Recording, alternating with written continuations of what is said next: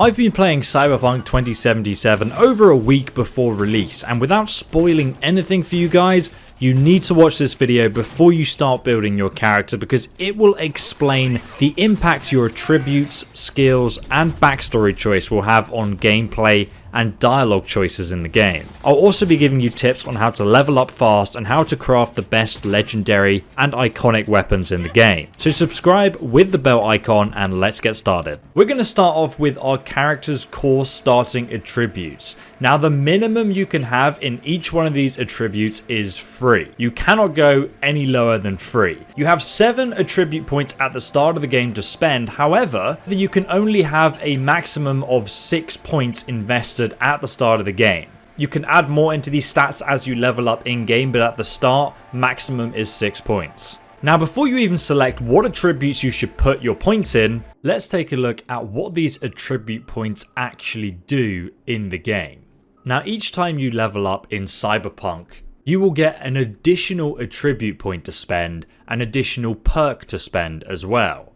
So firstly, let's talk about attribute points. Using the reflex attribute as an example, all the attributes in the game can be leveled up all the way to level 20, which is the max attribute level. Each level of the reflex attribute increases your passive evasion from enemy attacks by 1%, it increases your crit chance by 1%, and it increases damage from mantis blades by 3.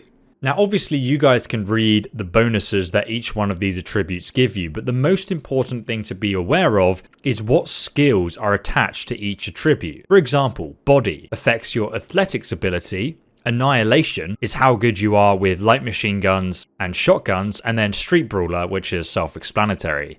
Then we have intelligence, which affects breach protocol and quick hacking. So this is basically how good you are at hacking and how much and how often you can use hacking. Breach protocols basically is your hacking defense, by the way. Then we have cool. Cool is mostly your stealth ability, but it also has cold blood, and cold blood has loads of perks which affect your chance to critical hit. And then we have technical ability, which is your ability to craft items and also your engineering skill. You can also craft legendary items. I'll talk more about that in a moment. Reflexes is tied to the skills blades, handguns, and assault.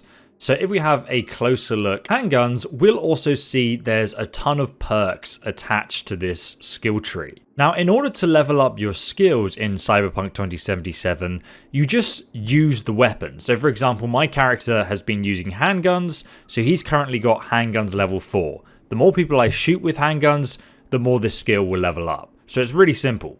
If I want to level up my assault skill, I just use assault rifles and submachine guns. Now, as your character levels up their skills, you also get rewarded. At level 2 handguns, it reduces the ADS time of your pistols and revolvers by 20%. At level 3 handguns, you get +1 perk point to spend, any way you like. You don't need to spend it specifically in handgun. Now, as for the perks that you can unlock in the different skill trees in Cyberpunk, as you can see, High Noon increases crit chance with pistols and revolvers by 4%.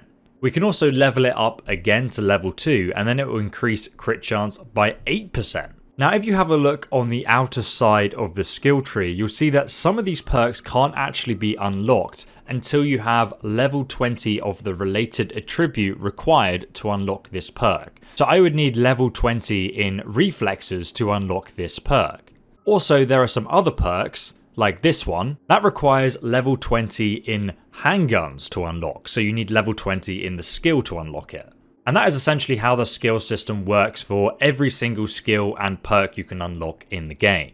Now you may be wondering, well, if every single perk in the game has different skills and perks tied to it, how on earth am I going to plan my character around that? Well, if you check out the link below in the description, I've actually listed every single perk tied to every single skill and exactly what they do linked below on my website, if you really want to plan your character. Now, another really important thing to mention is that Cyberpunk doesn't actually use a speech skill. Instead, your attribute levels will be tied to in-game dialogue choices. You can see each attribute has a different symbol. A quick tip though, sometimes it's better not to spend your attribute points in case you can distribute them in a conversation in order to pass a skill check, because you can actually level up at any time, even mid-conversation, as you guys can see here.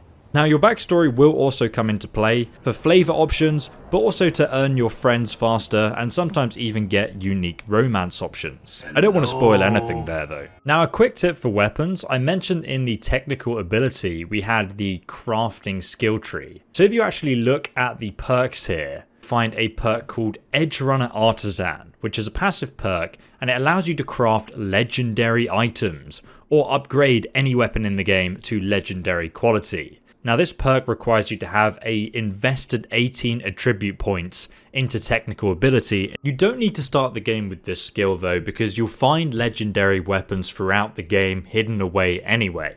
However, it's worth mentioning that you're also going to be finding iconic weapons. Now iconic weapons are completely unique.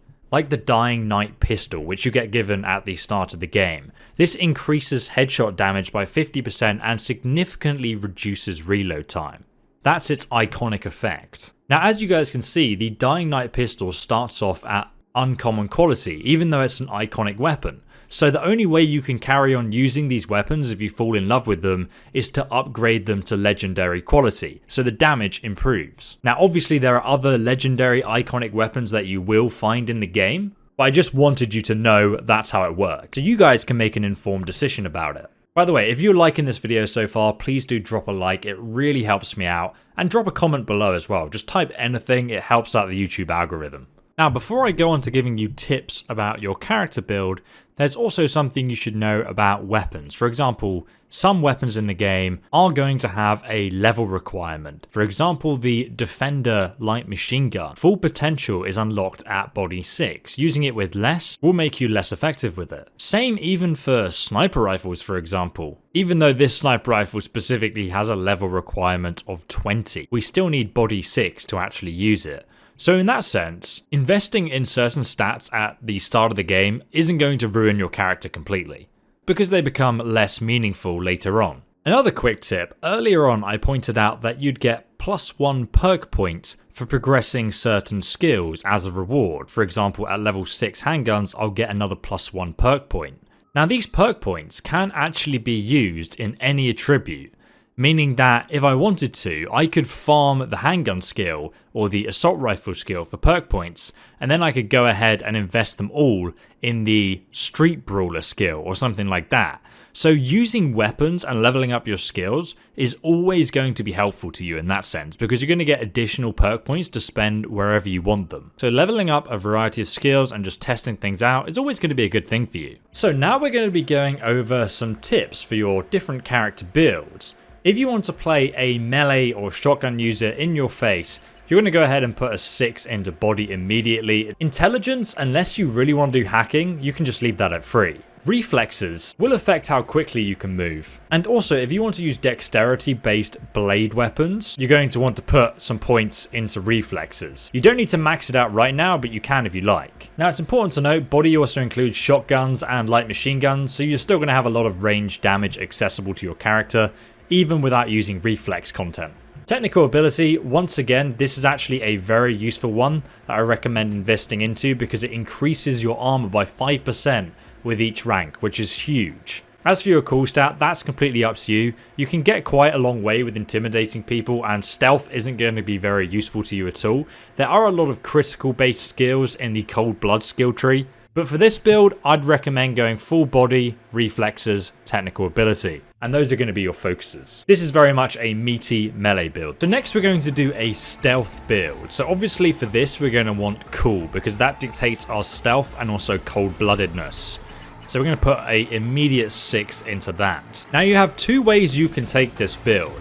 You can either go for a net runner type hacker build and immediately put 6 points into that, in which case I'd then suggest investing in technical ability as well, because it just gives you access to everything. Alternatively, instead of going into intelligence, you can ignore your hacking capabilities completely and you can put those points into reflexes. This will essentially turn you into a stealthy gunslinger who has the highest critical hit rate in the entire game. Where you put that last point is completely up to you. Even if you only have 3 intelligence, by the way, you can still hack things, and hacking is still useful for stealth, so it can make a great secondary backup stat. I have played the game on hard mode with minimum body, And the only perks that you'd be interested in is athletics in that sense. But you can invest in this perk later and make those decisions as you play the game and figure out your playstyle. But those are my two sort of overviews of the best sort of starter builds to use for you guys.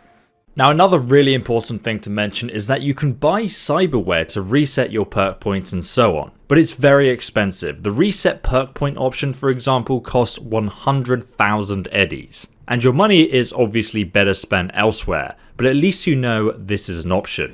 If you guys want more in-depth build guides, check out the link in the description. Or if you want to plan your own builds and you need a list of all the perks in the game, check out the link to my website below, which has all the details listed. Please do drop a like on the video if it did help you out, and obviously subscribe for more up-to-date video guides on Cyberpunk 2077. Thank you so much for watching guys, and thanks for all your support.